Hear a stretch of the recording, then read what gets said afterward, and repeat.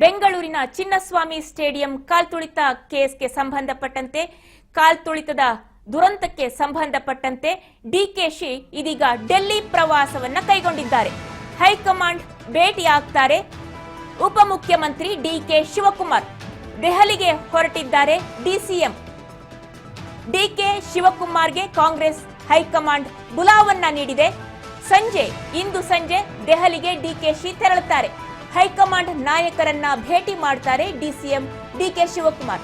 ಕಾಲ್ತುಳಿತ ಕೇಸ್ನ ವಿವರಗಳನ್ನ ನೀಡ್ತಾರೆ ಕನಕಪುರ ಬಂಡೆ. ದೆಹಲಿಗೆ ಹೊರಟು ನಿಂತಿದ್ದಾರೆ ಡಿಸಿಎಂ ಡಿಕೆ ಶಿವಕುಮಾರ್. ಹೈಕಮಾಂಡ್ ಬುಲಾವ್ ಮೇರೆಗೆ ಕಾಂಗ್ರೆಸ್ ಹೈಕಮಾಂಡ್ ಕರೆಯನ್ನ ನೀಡಿದೆ. ಸಂಜೆ ದೆಹಲಿಗೆ ಹೊರಟು ನಿಂತಿದ್ದಾರೆ ಡಿಕೆಶಿ. ಬೆಂಗಳೂರು ದುರಂತದ ಬಗ್ಗೆ ಹೈಕಮಾಂಡ್ ಕೆಂಡಾಮಂಡಲವಾಗಿದೆ. ಸೋನಿಯಾ ಗಾಂಧಿ ಆಗಿರಬಹುದು, ರಾಹುಲ್ ಗಾಂಧಿ ಆಗಿರಬಹುದು, ಎಲ್ಲರೂ ಕೂಡ ಕೆಂಡಾಮಂಡಲರಾಗಿದ್ದಾರೆ. ಹಾಗೆ ಮಲ್ಲಿಕಾರ್ಜುನ್ ಖರ್ಗೆ ಕೂಡ. ಹಾಗಾಗಿ ಹೈಕಮಾಂಡ್ ಕಾರಣವನ್ನ ಕೇಳಿ ದೆಹಲಿಗೆ ತಕ್ಷಣವೇ ಬರುವಂತೆ ತಿಳಿಸಿದೆ. ಹಾಗಾಗಿ ಡಿಕೆ ಶಿವಕುಮಾರ್ ದೆಹಲಿಗೆ ಹೊರಟು ನಿಂತಿದ್ದಾರೆ. ಕಾಲ್ತುಳಿತ ದುರಂತಕ್ಕೆ ಸಂಬಂಧಪಟ್ಟಂತೆ ದೆಹಲಿಗೆ ಹೊರಟು ನಿಂತಿದ್ದಾರೆ. ಇಂದು ಸಂಜೆ ದೆಹಲಿಗೆ ಹೋಗಿ ಅಲ್ಲಿನ ನಾಯಕರಿಗೆ ವಿವರಗಳನ್ನ ಸಲ್ಲಿಸಲಿಕ್ಕಿದ್ದಾರೆ ಡಿಕೆ ಶಿವಕುಮಾರ್. ಆರೋಗ್ಯ ಸುಧಾರಣೆ ಕುಮಾರಸ್ವಾಮಿಯವನ್ನ ನಾನು ಗಮನಿಸ್ತಾ ಇದ್ದೀನಿ.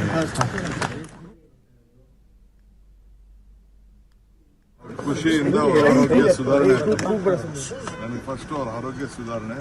ನನಗೆ ಬೈಯೋದ್ರಿಂದ, ನನ್ನ ಬಗ್ಗೆ ಆರೋಪ ಮಾಡೋದ್ರಿಂದ, ನನ್ನ ಬಗ್ಗೆ ಅಸೂಯೆ ಪಡೋದ್ರಿಂದ ಅವ್ರಿಗೆ ಆರೋಗ್ಯಕ್ಕೆ ಒಳ್ಳೇದಾಗ್ತದೆ, ಖುಷಿ ಆಗ್ತದೆ ಅಂದ್ರೆ ಒಳ್ಳೇದಾಗ್ತದೆ. ಕುಮಾರಸ್ವಾಮಿಯವ್ರನ್ನ ನಾನು ಗಮನಿಸ್ತಾ ಇದ್ದೀನಿ. ಅವ್ರಿಗೆ ಖುಷಿ ಏನ್ ಬೇಕಾದ್ರೂ ಮಾತಾಡ್ತಾರೆ. ಅವ್ರ ಖುಷಿಯಿಂದ ಆರೋಗ್ಯ ಸುಧಾರಣೆ ನನಗೆ ಫಸ್ಟ್ ಅವ್ರ ಆರೋಗ್ಯ ಸುಧಾರಣೆ. ನನಗೆ ಬೈಯೋದ್ರಿಂದ, ನನ್ನ ಬಗ್ಗೆ ಆರೋಪ ಮಾಡೋದ್ರಿಂದ, ನನ್ನ ಬಗ್ಗೆ ಅಸೂಯೆ ಪಡೋದ್ರಿಂದ ಅವ್ರಿಗೆ ಆರೋಗ್ಯಕ್ಕೆ ಒಳ್ಳೇದಾಗ್ತದೆ, ಖುಷಿ ಆಗ್ತದೆ ಅಂದ್ರೆ ಒಳ್ಳೇದಾಗ್ತದೆ. ಕುಮಾರಸ್ವಾಮಿಯವ್ರನ್ನ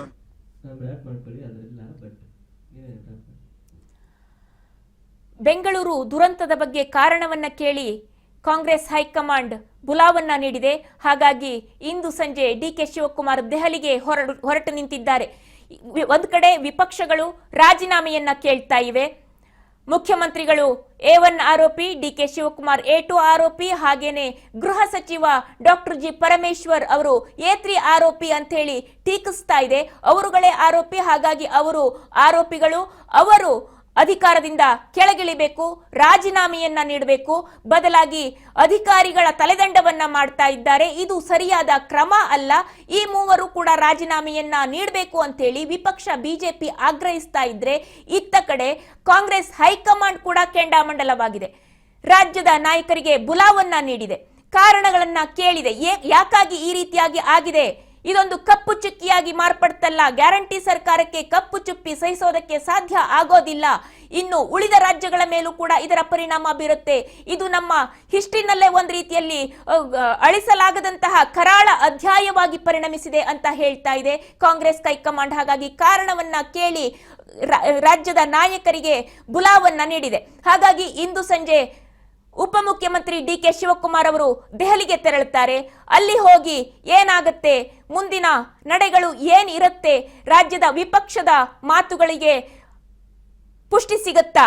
ವಿಪಕ್ಷಗಳು ಹೇಳಿದ ರೀತಿಯಲ್ಲಿ ಇವರು ರಾಜೀನಾಮೆಯನ್ನ ಹಾಗಾದ್ರೆ ಸಲ್ಲಿಸ್ತಾರಾ? ತಪ್ಪಿಗೆ ಹೊಣೆಗಾರಿಕೆಯನ್ನ ಹೊತ್ತು, ನೈತಿಕ ಹೊಣೆಯನ್ನ ಹೊತ್ತು ರಾಜೀನಾಮೆಯನ್ನ ಸಲ್ಲಿಸ್ತಾರಾ? ಕಾದು ನೋಡಬೇಕಾಗಿದೆ.